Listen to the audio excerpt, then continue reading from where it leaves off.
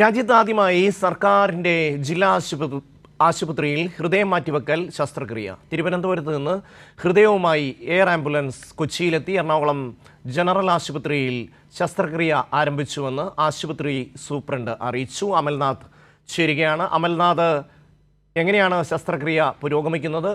എന്തൊക്കെയാണ് വിശദാംശങ്ങൾ?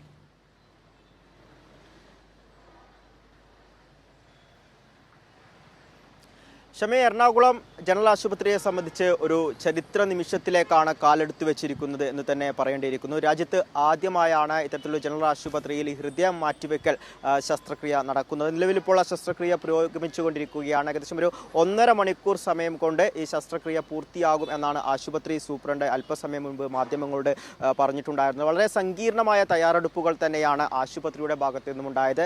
രാവിലെയോടുകൂടി ഏകദേശം ഒരു 10 മണിയോടുകൂടി തന്നെ എല്ലാ ഒരുക്കങ്ങളും എറണാകുളം ജനറൽ ആശുപത്രിയിൽ ക്രമീകരിച്ചിരുന്നു. പ്രത്യേകിച്ച് ആശുപത്രിക്ക് മുന്നിലുണ്ടായിരുന്ന രോഗികളെയൊക്കെ തന്നെയും മറ്റിടങ്ങളിലേക്കൊക്കെ തന്നെ മാറ്റി, ഒപ്പം തന്നെ മറ്റ് ആരോഗ്യകരമായ അല്ലെങ്കിൽ മറ്റ് പരിശോധനകളൊക്കെ തന്നെയും ഒരു ഭാഗത്ത് നടക്കുന്നുണ്ട്. അതേസമയം തന്നെ ഈ ശസ്ത്രക്രിയയ്ക്ക് ആവശ്യമായ എല്ലാ ഒരുക്കങ്ങളും മറ്റ് ഭാഗത്ത് സജ്ജീകരിച്ചിരുന്നു.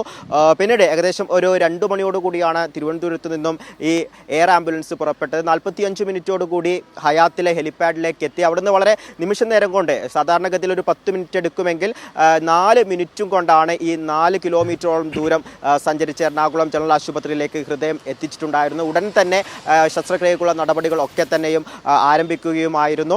അത്തരത്തിൽ വളരെ പെട്ടെന്ന് എല്ലാ സജ്ജീകരണങ്ങളും തയ്യാറാക്കുകയും വളരെ പെട്ടെന്ന് തന്നെ ശസ്ത്രക്രിയയിലേക്ക് കടക്കുകയുമാണ് ചെയ്തത്. ആശുപത്രി സൂപ്രണ്ട് അറിയിച്ചിട്ടുണ്ടായിരുന്നത് കഴിഞ്ഞ കുറേ നാളുകളായി ഈ നേപ്പാൾ സ്വദേശിയായ 22 വയസ്സുകാരി സങ്കീർണമായ ജീവിതത്തിലൂടെയാണ് മുന്നോട്ട് പോയിക്കൊണ്ടിരുന്നത് എന്നതാണ്. കാരണം ഈ നേപ്പാൾ സ്വദേശിനിയുടെ അമ്മയും ഒപ്പം തന്നെ സഹോദരിയും സമാനമായ ജനിതക രോഗം ബാധിച്ച് മരണപ്പെട്ട ഒരു സാഹചര്യം ഉണ്ടായിരുന്നു.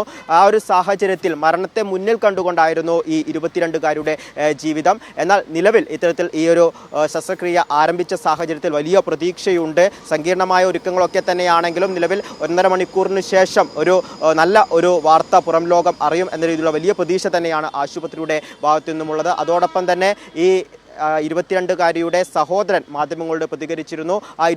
ആ ഒരു സഹോദരൻ സൂചിപ്പിച്ചിരുന്നത് വലിയ പ്രതീക്ഷ തന്നെയാണ്